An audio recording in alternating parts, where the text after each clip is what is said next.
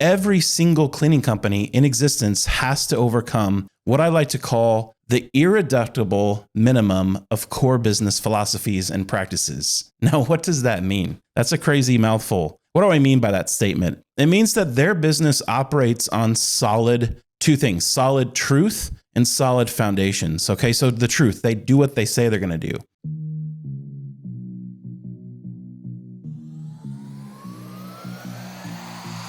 Hello, everyone, and welcome back to the Cleaning Indy Podcast, brought to you by American Facility Care.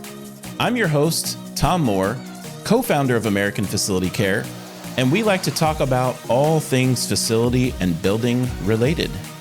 Are you a facilities director or property manager, or even the point person in charge of your building?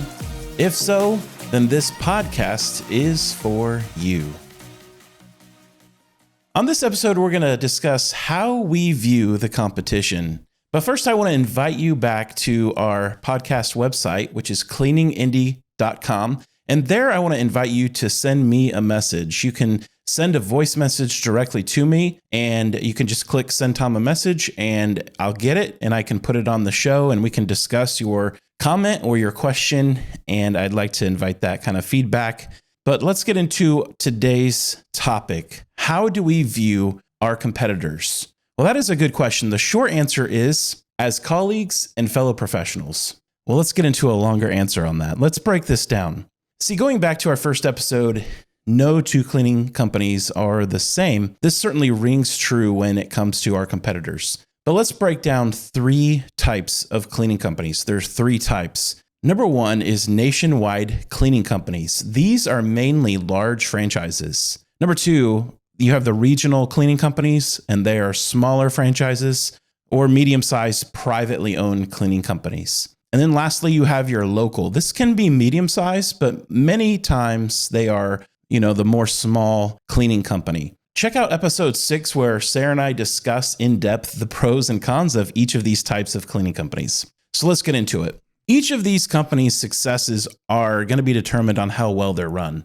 From the owner through the management, all the way through to the frontline worker. This is the structure and the framework that the company operates within. So regardless of size, every single cleaning company in existence has to overcome what I like to call the irreducible minimum of core business philosophies and practices. Now, what does that mean? That's a crazy mouthful. What do I mean by that statement? It means that their business operates on two things, solid truth and solid foundations. Okay, so the truth, they do what they say they're going to do.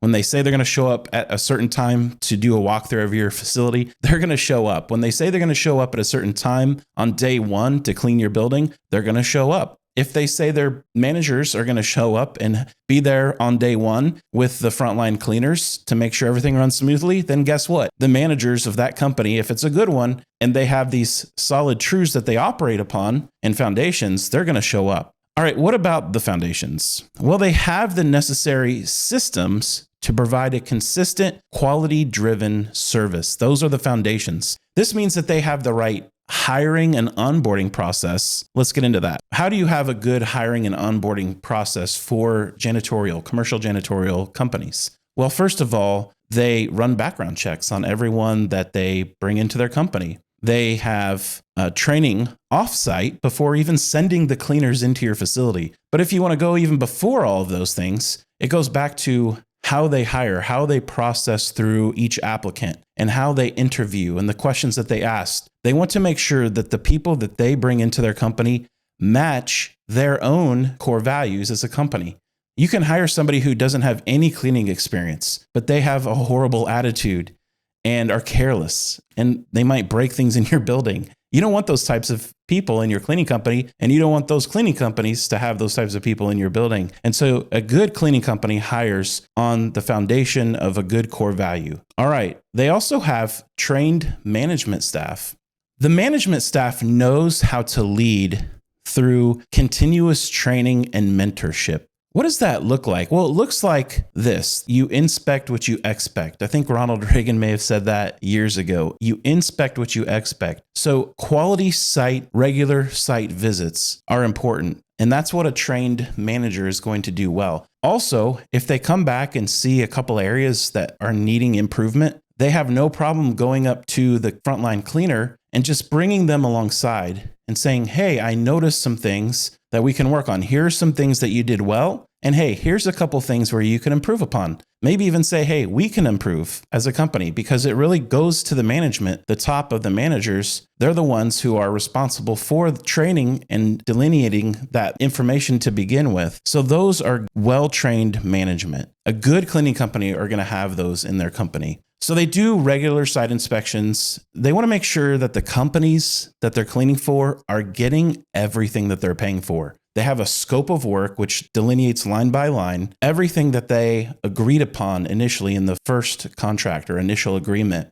They are going to fulfill those work order items line by line each time they're there as agreed upon. They want to make sure that the customer is getting everything they're paying for. A good management system is also going to provide the proper uniforms to the workers and quality PPE, as well as the best cleaning equipment possible in good working condition, if not brand new. That is what a good company is going to provide. They're going to do regular maintenance on that equipment, and they're always looking for a replacement in a better way. For instance, corded vacuums versus battery vacuums. You want to upgrade to battery vacuum. It just saves a lot of time and headache for the cleaner pulling cords through each room in the building. You don't want the worker to have a negative experience when they come to work. You want them to have the best positive experience. Cleaning is already a hard job. You don't want to add to it by giving them a cord to pull along. You want to make sure your equipment is well working and well thought out for the building that they're cleaning. If they need an auto scrubber instead of mopping a large area in a hallway or a large room like a gymnasium, then you provide a well-working auto scrubber. So that is something that management provides. So a company that also operates on a core foundation and principles is a company that has a dedicated account manager. This is someone who is a solutions-oriented person and is also accountable to a point person in your business. All right, these are just a few foundations that a good cleaning company will build their core business upon. Here at American Facility Care, we realize that companies that operate on these core businesses and philosophies and practices are few and far between. This is why we don't compete with other companies. We compete with ourselves. We strive to be leaders in our market by pushing forward to better versions of ourselves through continual improvement. All right, some final thoughts that I want to give for you today is, as we said in episode 3, we polled over 700 facility managers in a LinkedIn group that we're in, and over 53% of those facility managers said that the biggest problem, the number one problem that they have with their cleaning companies is the following. It's lack of training. Dealing with a lack of trained cleaners that their cleaning companies provide to clean their buildings. And that's why you want to hire a cleaning company that operates on truth and transparency and has a solid system of core practices. Now, having said all that, these are the reasons why we don't worry about the competition. We're busy breaking our own internal records while leaning into our core values of truth and solid operations. So we're competitors with ourselves. That's how we view it. All right.